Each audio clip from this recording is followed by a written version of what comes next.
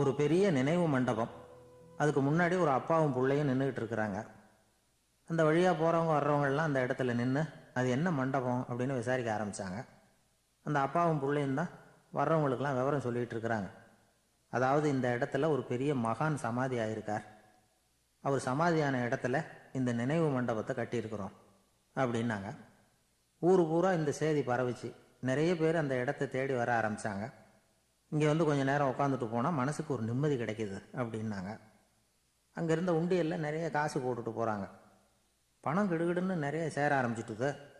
பணம் நிறைய சேர்ந்த உடனே அந்த அப்பாவுக்கும் பிள்ளைக்கும் தகராறு வந்துட்டுது. பணம் சேர்ந்தாலே சொத்து தகராறு வரத்தானே செய்யும், அது மாதிரி வந்துட்டுது. பையன் அடிக்கடி நிறைய பணம் கேட்க ஆரம்பித்தான். அப்பா பார்த்தார், யோசனை பண்ணார், ஒரு முடிவுக்கு வந்தார். ஒரு நாள் பையனை கூப்பிட்டார். இதை பாருப்பா, நமக்குள்ள தகராறு வேணாம். அப்பாவும் பிள்ளையும் இப்படி சண்டை போட்டுக்கிட்டா பார்க்குறவங்க தப்பாக நினைப்பாங்க. அதனால் நமக்குள்ளே சமரசமாக இதை தீர்த்துக்குவோம், என்ன சொல்கிற அப்படின்னார் அப்பா. சரின்னு நான் பையன். உடனே அந்த அப்பா என்ன பண்ணார் தெரியுமா? மகன்கிட்ட கொஞ்சம் பணத்தை கொடுத்தார். தன்கிட்ட இருந்த ஒரு கழுதையையும் கொடுத்தார். இதை வச்சு நீ பொழைச்சிக்கோ அப்படின்னு சொல்லி அனுப்பி வச்சுட்டார். மகன் அந்த கழுதையை இழுத்துக்கிட்டு அடுத்த ஊருக்கு போனான். வழியிலேயே அந்த கழுதை செத்து போச்சு. உடனே என்ன பண்ணலாம்னு யோசனை பண்ணான். ஒரு ஐடியா வந்தது. அந்த கழுதையை ஒரு சாலை ஓரமாக புதைச்சான். கையில் இருந்த பணத்தை வச்சு அந்த இடத்துல ஒரு கல் மண்டபம் கட்டினான். அந்த வழியாக 2 பேர் வந்தாங்க. இது என்ன மண்டபம்னு விசாரித்தாங்க. இந்த இடத்துல ஒரு பெரிய மகான் சமாதி ஆயிருக்கிறார் அப்படின்னா. இந்த செய்தி ஊர் பூரா பரவ ஆரம்பிச்சுட்டுது. நிறைய பேர் வந்து போக ஆரம்பித்தாங்க. இங்கே வந்தால் மனசுக்கு ஒரு பெரிய நிம்மதி கிடைக்குது அப்படின்னு வேற சொல்ல ஆரம்பித்தாங்க. வர வர கூட்டம் அதிகமாக வர ஆரம்பிச்சுட்டுது. உண்டியலில் பணம் நிறைய சேர்ந்துட்டுது. நகையெல்லாம் கூட கழட்டி காணிக்கையாக போட ஆரம்பிச்சிட்டாங்க. அப்பாவை விட மகன் பெரிய ஆளாயிட்டான். இதை கேள்விப்பட்டார் அப்பா. பையனை பார்த்துட்டு வரலாம்னு ஒரு நாள் புறப்பட்டு வந்தார். பையன் ஓஹோன்னு இருக்கிறான். பங்களா, காரு எல்லாம் வந்துட்டுது. எப்படிடா இந்த அளவுக்கு ஆனே அப்படின்னு விசாரித்தார். அப்பா, எல்லாம் உங்கள் ஆசீர்வாதம் தான். நீங்கள் கொடுத்த மூலதனத்தை வச்சு தான் இவ்வளவும் சம்பாதிச்சேன் அப்படின்னு நான் பையன். அது எப்படிறான்னு விசாரித்தார். அப்பா, நீங்கள் ஒரு கழுதை குட்டியும் கொஞ்சம் பணமும் என்கிட்ட கொடுத்து அனுப்பி வச்சிங்க.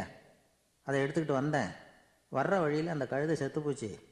உடனே யோசனை பண்ணேன். அந்த கழுதையை இந்த இடத்துல புதைச்சேன். கையில் இருந்த பணத்தை வச்சு மண்டபம் கட்டினேன்.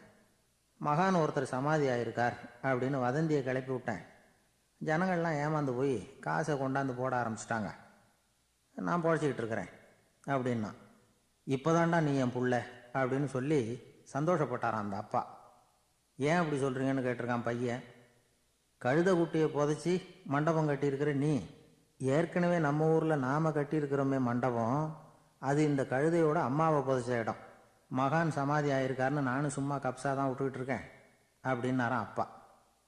முட்டாள் ஜனங்களை நினச்சி அந்த 2 பேரும் சத்தம் போட்டு சிரிச்சாங்களாம். மனுஷன் ஏமாத்துறது ரொம்ப சுலபம்.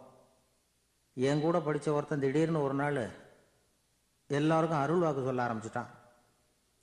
அவன் ஒரு ஆஃபீஸ்லேயும் வேலை பார்க்குறான். ஆஃபீஸில் உள்ளவங்கெல்லாம் அவங்ககிட்ட வந்து அருள் வாக்கு கேட்குறது வழக்கம். ஒரு நாள் நான் அவன் முன்னாடி போய் உட்காந்து பேசிக்கிட்டு இருந்தேன். அப்போ அதே ஆஃபீஸில் வேலை பார்க்குற ஒருத்தர் அவங்ககிட்ட வந்து, சுவாமி, என் மேஜையில் வச்சுருந்த பேனா திடீர்னு காணாமல் போயிட்டுது, அது திரும்ப கிடைக்குமா எனக்கு அப்படின்னு கேட்டார். இவன் கண்ணை உருட்டி பார்த்துட்டு, அது உனக்கு கிடைக்காது, புதுசாக வேற ஒன்று வாங்கிக்கப்போ அப்படின்னா. சரின்னு அவர் போயிட்டார். அவர் போனதுக்கப்புறம் நான் மெதுவாக இவனை பார்த்து, அது எப்படிரா அது உனக்கு கிடைக்காதுன்னு அவ்வளோ உறுதியாக அவர்கிட்ட சொன்னேன் அப்படின்னு கேட்டேன். இவன் மெதுவாக என் காதுகிட்ட வந்து, அந்த பேனாவை கிளப்புனதே நான் தான் அப்படிங்கிறான்.